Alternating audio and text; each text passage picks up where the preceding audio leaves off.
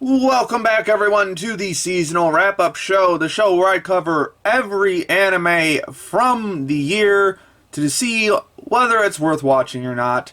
And this time we are tackling the summer 2022 season. Now, I'm actually starting this a little bit early.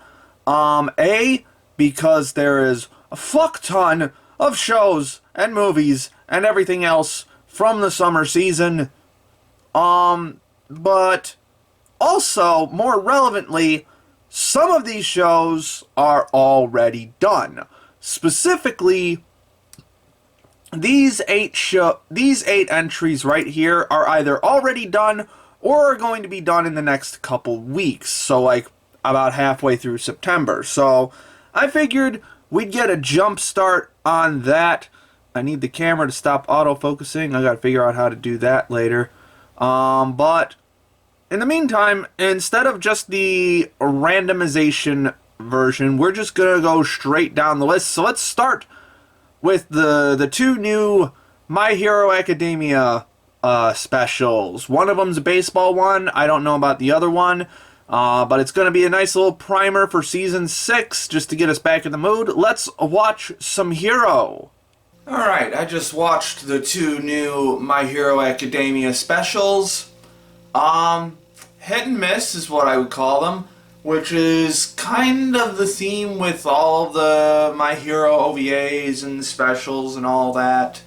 Like, the zombie one from a while ago, from a couple years ago, it was like Training of the Dead or something. That was a real fun one. Whereas, like, the one that was basically like a special for the first movie was kinda shit. The most recent one before these two I also did not like at all, though I honestly don't even remember what happened in them. On these two, I'd say we're pretty average, bordering on mediocre. So the first one is the baseball episode. If you haven't been around anime for a while, baseball is kind of a staple trope from a bygone era, mostly because baseball is super popular in Japan. Like, it's after the US, Japan's probably number 2 for baseball. It is insanely popular there as a sport, in terms of sports. So, as such, anime has baseball episodes. My favorites off the top of my head, probably easily the Haruhi baseball episode. That one's a classic. And the Pokemon Sun and Moon baseball episode, another really good one. So, when it comes to baseball episodes with not slice of life anime, the key is kind of to go ham. You want to be explosive and crazy with this shit, because especially with something like My Hero, because you got a bunch of superheroes playing baseball. What's that going to look like? And it was definitely much tamer than I would have liked, but it still had some cool moments. It's still, I would say the baseball one at least is worth watching. Got some, there are a lot of moments where they just go completely ham, like when Minetta's up pitching and he just ends up hitting people with in the balls because of like a slingshot effect with his grape rush. That was kind of funny.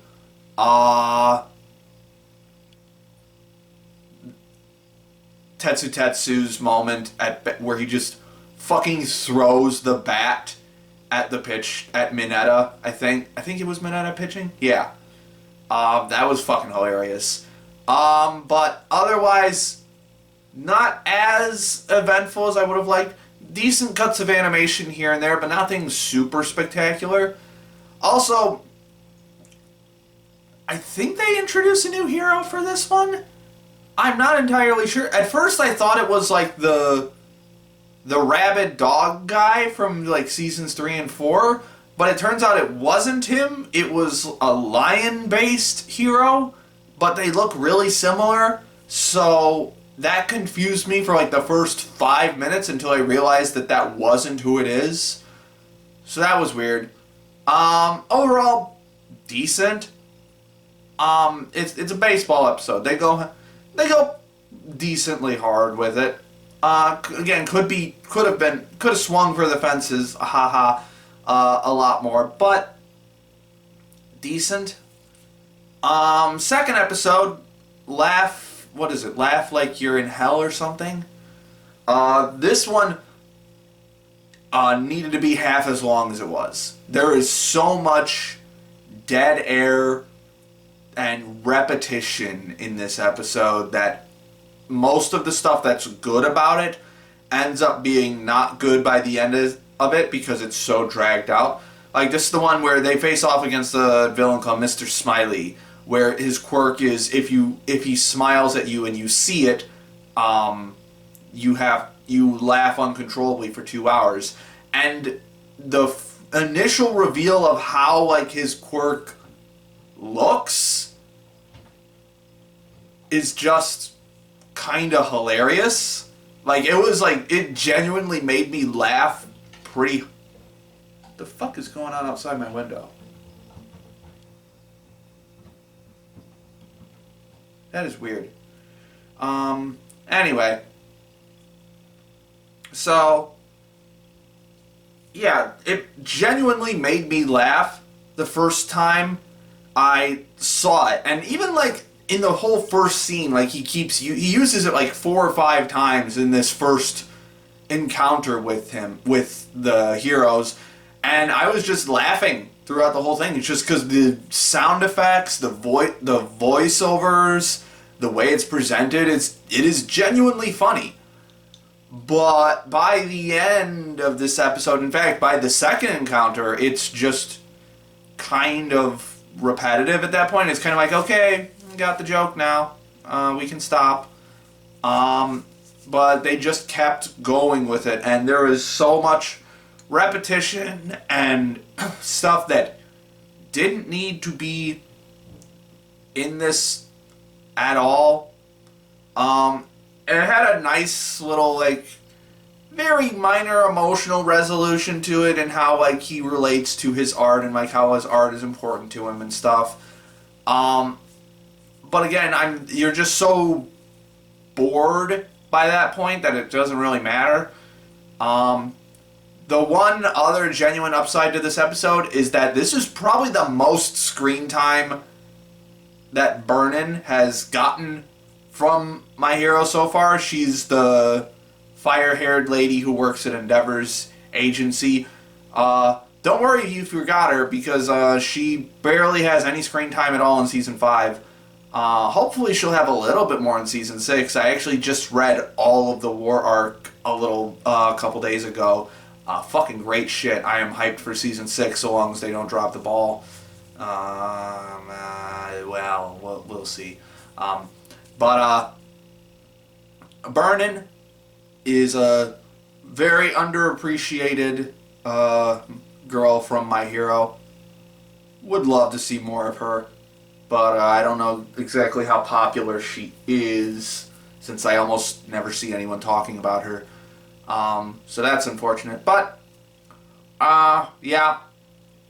So, baseball episode, pretty decent. Would recommend it. Could have been a little more explosive, but it's okay. Second episode, can't really recommend it. It just dragged on for way too long. So now I gotta figure out how to fucking rate this thing. Alright. Definitely wanted to like this more than I did, but, not particularly good. I'm not gonna put it wholly outside the recommendation range, but it is only getting a light 5, because, definitely could have been better. In any case, I think now it's time for a movie, or I think it's a movie that was broken up into 3 parts or something. Let's watch The Girl from the Other Side. Alright, I got through about half of The Girl from the Other Side. It's just kind of boring, man. It's real slow, with not a lot of interesting stuff happening in it. Now, granted, artwork, phenomenal. Obviously, the standout part of this OVA, I guess you would call it. It was done by Wit Studio, but honestly, if not for the fact that it is in Japanese, you might not have even known that it is anime at all, because it is very much not an anime aesthetic, which is also true for the manga. The manga does not look like does not have like typical manga character designs. It feels, I don't want to call it Western, but it feels distinctly not anime in a lot of senses. And even down to the writing, it is not a particularly anime kind of thing. And that's not a knock against it. In fact, I'm more than welcome to embracing different styles of aesthetic and writing and stuff, especially if the aesthetic style is going to be of this quality. Like, on an animation front and artistic front alone, if that's like all you care about in terms of your animation, then this OVA is more than worth watching. Incredible background art, incredible character designs. It has this, I don't know what exactly the animation technique is, but it's got that aesthetic where it simulates that things are moving when in fact they're still, but the way it simulates it is by like slightly redrawing the character outlines, or also in this instance redoing the shading on different characters and stuff. I know there's probably a name for this animation technique, and I see it all the time now, especially in like web animation stuff. But it does that really well. The character designs are really solid, and when it like goes really like in on being explosively artistic, it really fucking nails it. The dream sequence that Shiva has in the second episode, on Verve it's divided into 3 episodes. I don't know how it's divided up or packaged in other places, but on Verve/Crunchyroll, it's in 3 different episodes. And in the second episode, there's a dream sequence that Shiva has that's incredibly powerful artistically. And if I actually cared more about this character, then I might have been super invested in that scene. But really, it's just the artistic qualities that I care about, because these characters are not very interesting. Shiva is a cute little girl who gets lost, and the sensei is a monster. They're called outsiders, and if they touch people, they turn other people into outsiders, and I guess the other people are called insiders. I used to know what the exact logic is from the manga. I've read like, I think 2 volumes of the manga, maybe a volume and a half, but much like this OVA, I just got kind of bored by the plot. Just not a lot of interesting stuff happening in it. Like, it's got very obvious theme of in-groups versus out-groups and the perpetual violence that creates within human nature and all that. But there's the specifics aren't really interesting enough to carry it. The specifics aren't really enough to make, because it really doesn't have a whole lot of specifics outside of that. I'm sure it does later on, but this beginning is so incredibly slow and ponderous and just not a lot interesting happening that I just don't particularly care. So yeah, I think I'm done with this one. Again, artistically, fucking great. Even the music is really solid. It's got this very ambient darkness to it in a lot of ways that's really moving and powerful, but I just don't really care about what's actually going on. Alright, Girl from the Other Side is off the list. Up next we have Fate Grand Carnival. Let's chow down into some Fate stuff. Let's go. Alright, I just watched all of Fate Grand Carnival, and that was a pretty fun time. Um, so I would call myself, I guess, somewhere in the entry to mid-level stuff when it comes to Fate. Like, I've seen all of the main timeline anime entries so far. Like, I've seen all of that, but outside of that, not so much. Like, I saw the Fate Grand Order special from a couple years ago, but that was awful. And I saw the first episode of the Fate Grand Order TV series from a couple years ago. Outside of that, my knowledge of Fate Grand Order specifically is pretty limited, except for memes, which there are no shortage of.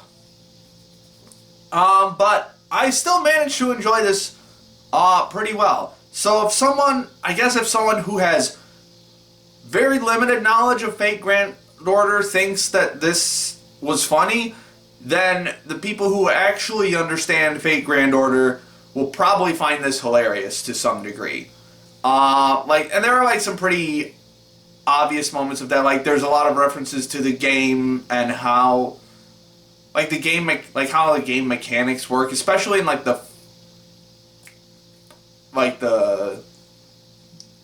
okay, so on Mal it has 4 episodes. It's listed as 4 episodes, but then on Verve and Crunchyroll they combine like the first and second episode and then the third and fourth episode, so there's only 2 entries there. But I'm just gonna go by the Mal divisions because it's easier to separate them that way. So like the second, third, and fourth episode, like it does kind of lean into some of the like game mechanics talk a little bit. And I know roughly enough just through like hearsay as to like understand what was going on. But overall, pretty funny. I was honestly, when I turned this on, I was just expecting like an hour of Fate waifus yelling at me.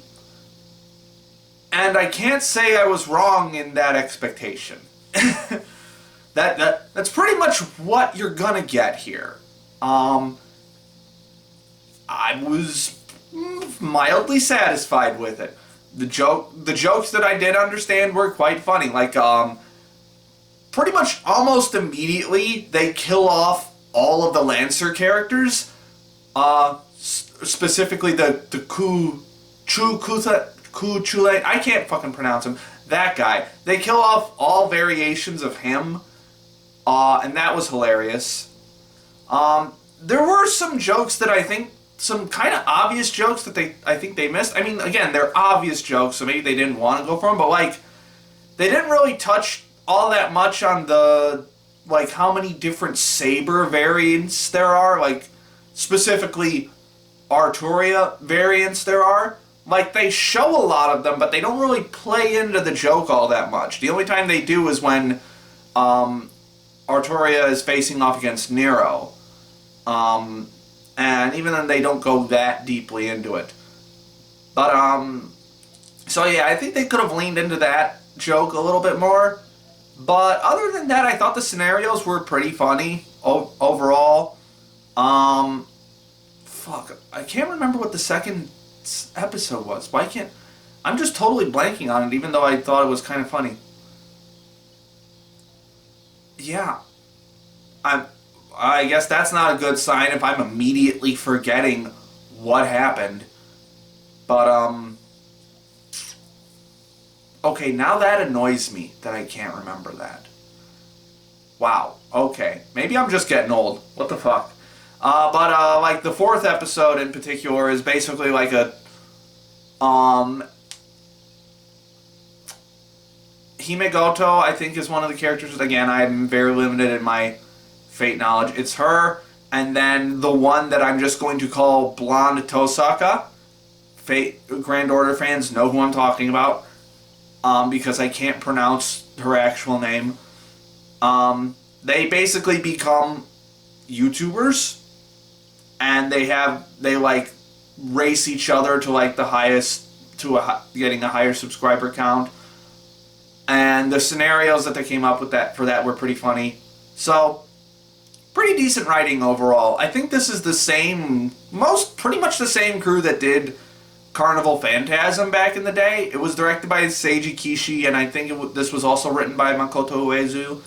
So, pretty much that. Again, not that surprising, but just shorter, I guess. And they even use the same OP, but just like a different version of it. Now they're using the Fate Grand Order singers instead of the Fate Stay Night people. So that was kind of fun. But and then animation, pretty solid. I would put it at least Cognato's level, if not slightly higher.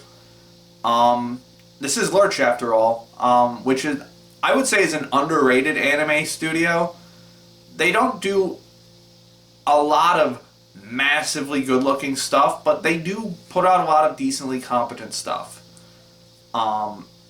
So, yeah, really good character designs. When they actually fight for real, the fights actually look pretty decent for a like action comedy series in terms of that look. So, yeah, I mean, it's more Carnival Phantasm. I mean, I could have just led the review with that and ended it there, I guess, but it's more of that. If you liked it for that, and you also like Fate Grand Order, you're going to have a fun time. Even me, barely knowing all that much about Grand Order, just still had a good time. So, yeah, I would recommend this one for the Fate fans.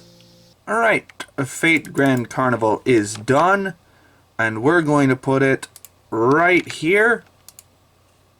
Not super, it's a little low, but it's a decent 6, so would recommend.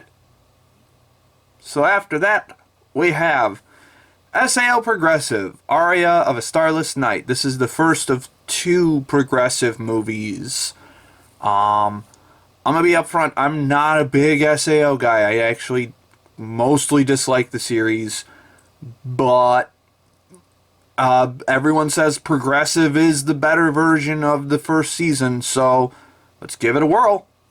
Alright, I just watched SAO Progressive, Aria of the Starless Sky, I think is the full title for this one. This is the first of 2, I think, SAO Progressive movies.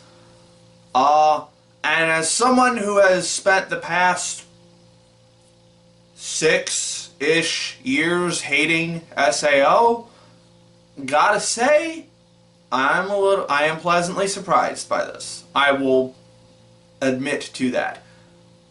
I still have some issues, some very deep-rooted SAO issues, but we'll get into that. But overall, I think this film is definitely a step, not in the right direction, but in a new direction. Sort of. Let's get it. So, the unique thing about SAO Progressive, I guess, is that it's essentially a retelling of the Aincrad arc, but from Asuna's perspective rather than Kirito, which, for a lot of people, probably fixes what a lot of their problems are. One of their biggest problems with SAO is that Kirito sucks, and I still think Kirito sucks. This movie makes him a little better, but he still has some of his Kiritoisms that are just not, he's still incredibly overpowered in this, which is, like, it's easier to take in and accept when he's not the main character. So, I will relent on that, but it's still... See, this isn't very interesting movie to talk about, because SAO is so fucking pervasive in the anime fandom. It is easily one of the most popular anime of all time. Like, it's up there. I would say it's top 5. Easily. Like, it is fucking inescapable if you are an anime fan. Less so now than, like, 4 or 5 years ago, but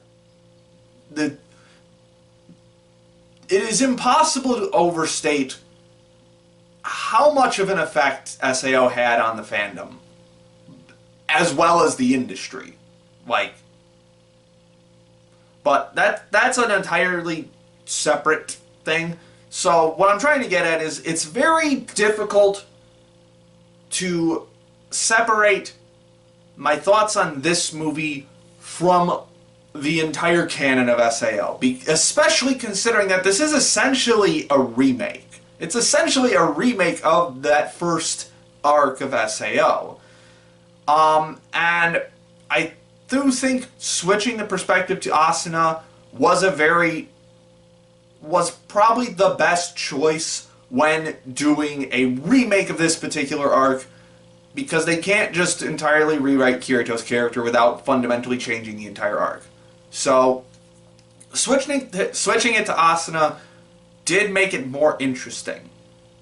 There's still some hiccups. Now, if you're just joining me recently for this seasonal wrap-up show stuff, I do spoilers for everything. There are no spoiler-free reviews here. That's what the movie reviews are for.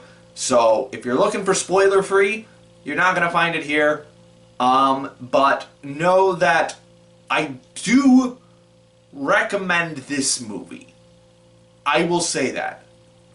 Like, even to SAO haters, I will say, give it a shot.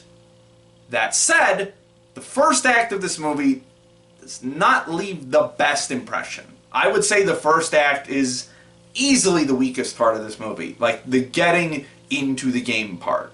Mostly on the animation front, actually. The real world segments are not particularly well composited. I'm not going to say... Let's see. The animation, the movement is good. Across the whole movie, it's good.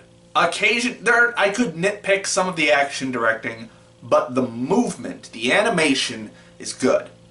The art direction, on the other hand, I have some major issues with. I simply don't really like the new aesthetic of SAO. The post-Alicization aesthetic of SAO, I'm not a fan of. To me, it looks very artificial and, well, fake.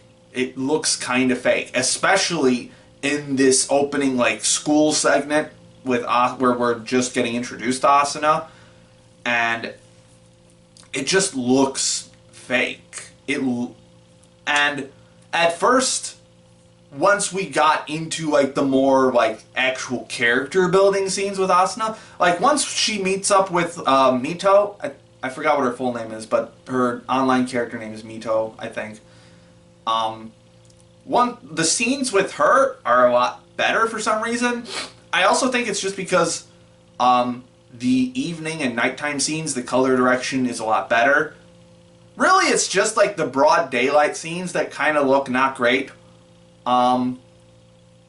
There's a lot of those, unfortunately, but something about... So where was I going with this? So initially I thought it was kind of doing a thing of like, oh, maybe they're like trying to like show that Asuna is living like a fake life or something. But that's not really the case with her character. She's kind of just a rich girl, top of her class kind of girl. Just normal high school girl, but rich. Since her... I'm trying to remember the lore of SAO, and I guess her father is the president of the company that owns Nerve Gear, I think. Something in there. Regardless, also doesn't do a particularly interesting... It does a good job at characterizing Asuna. It gives her character in the beginning, but it's not necessarily an interesting character. She is very plain in this opening act. It's really not until about halfway through the film that she really becomes an interesting character, which is Very unfortunate, considering that this is supposed to be from her perspective, and one of the main complaints about SAO is that Kirito is not an interesting character to follow. So, we're kind of just repeating the same mistakes here. Now, granted, the second half of the movie does do a lot better job at this. So, basically what happens is Mito, like her friend from real life, who inadvertently is the reason that Asuna plays this game in the first place, ends up abandoning her during a mission because she doesn't want to watch her health bar disappear. Like, she dissolves the party and leaves. And that breaks Asuna a little bit. She eventually makes it out, unfortunately because of Kirito. That's another one of my complaints about this is, well, we'll get into that later, but, so, that breaks her a little bit. That fundamentally shifts her perspective on how she's going to play this game. And after that, she has a fairly interesting character progression as she slowly learns how to fight better, as her mindset changes on how this game works, as she interacts. Ironically, I will say the interactions with Kirito are more interesting in this than they are in the TV series. At least up to this point in the TV series. That's another thing. They do a good job of stretching out this opening act of SAO, because this only covers up through episode 2 of the TV series. It covers up through the first boss fight. And they do a good job of turning that into a 95-minute movie. I will give them that much. It is a... I'm not going to say it's an amazingly paced movie, because again, that first act, it's not particularly great, but it is a competently paced film. I will give it that much. But, okay, so, yeah, the kind of driving emotional core of this movie is Asuna and Mito's friendship, and then said friendship not really falling out, but just being cut off, per se, and the effect that that has on both of these characters. Mito herself is pretty interesting. She's another beta tester for this series, and so she has her own baggage when SAO starts being SAO. And the direction that these characters take in relation to each other was very satisfying. I will give it that. I will say it is a satisfying progression for these characters. They nailed the emotional they nailed the emotional core for this movie. So, bare minimum, they got that down. Congratulations. You're better than the SAO TV series. Now here come the nitpicks. And I have a lot of them. So bear with me. So, in the opening segments of this movie, I don't know, I can't remember from the SAO TV series what they say about Asuna as a gamer. I don't think they really touch on it that much. So, I kind of just... Which is why this part of the movie just completely took me by surprise, because in the opening act of the movie, we see Asuna playing a fighting game with Mito, like it's a mobile fighting game. And it says, like, Asuna loses to Mito, but it's already kind of well established, shortly after that scene, it's established that Mito is an amazing gamer, so that doesn't really give us a gauge of how good Asuna is. Like, my impression of it was, oh, she's playing against this person who is way better than her, so I imagine she's, like, somewhat competent in terms of gaming. But then, like, as the SAO event kicks off and everyone starts having a mental breakdown, there's a moment where she almost gets killed, Asuna almost gets killed by a wolf mob, and she basically says that she's a video game noob overall. Like, she's not a gamer. And so that confused me, because it wasn't... The implication from earlier is that she's at least competent. Like, she even says, there's a line where she says it's not that weird for girls to be playing video games anymore. So, it's little moments like that that don't quite make sense or just throw the vibe off a little bit that take a lot of the wind out of the sails of this movie for me. And a lot of that has to do with Kirito. Now, I do like that this movie made Kirito way more of an awkward loner. Like, that is way more obvious in this, like, from his mannerisms and how he talks. They make him a much more little awkward gamer boy, which, cool. But he's still Kirito. He is still the do everything, save everybody Kirito. They do dial it back a bit for the boss fight, but like, he's, after Mito abandons Asuna, he's the one who swoops in and saves her, and I'm like, did we need that? Because from that point on, it kind of retcons Kirito and Asuna's like backstory together, which I have no qualms with them changing the story of SAO. I have no problem with that whatsoever. I kind of prefer it, if I'm being honest. But it changes, the changes that it makes kind of waifu-ize Asuna much more so than she was in the TV anime. And like, there are a lot of cinematic moments as well where it is just so incredibly transparent that they are playing into, here's Asuna, here's your waifu again, look how cute she is, look at her doing cute anime girl things.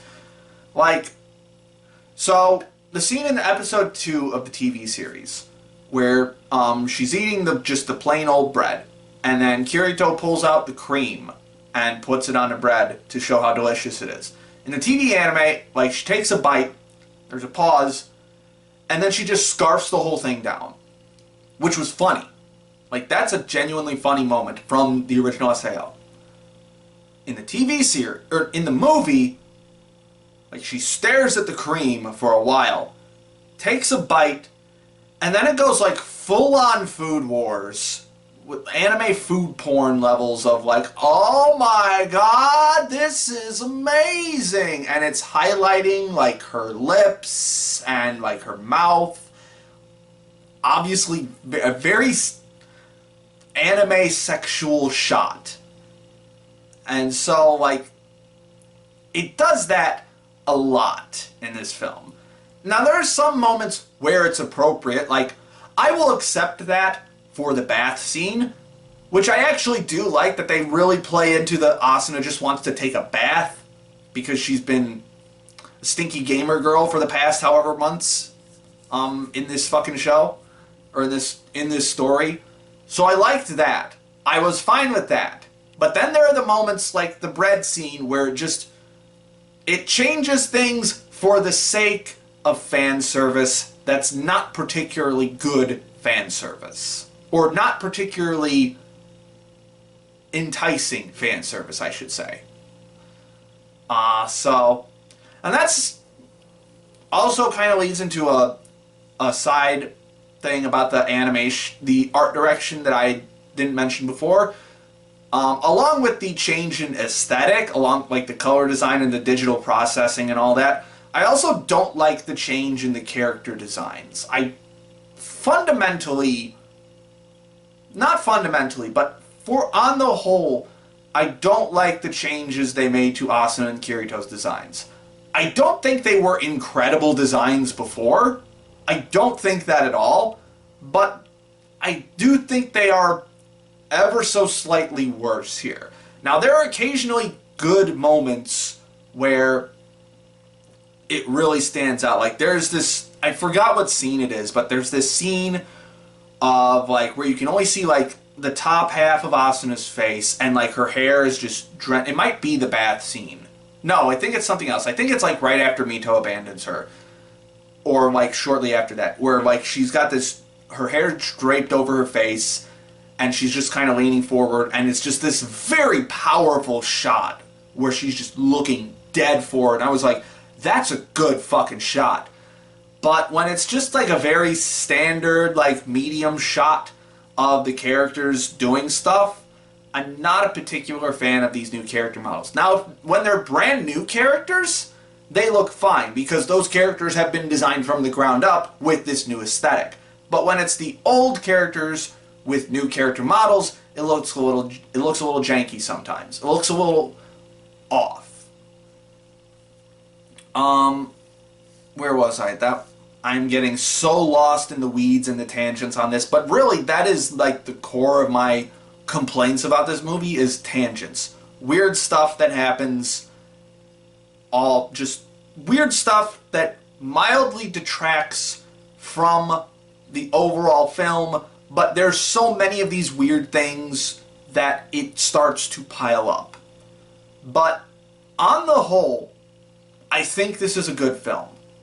I am unsure as to whether I want to watch the second one, Scherzo whatever, because they resolve the Asuna-Mito conflict by the end of this film.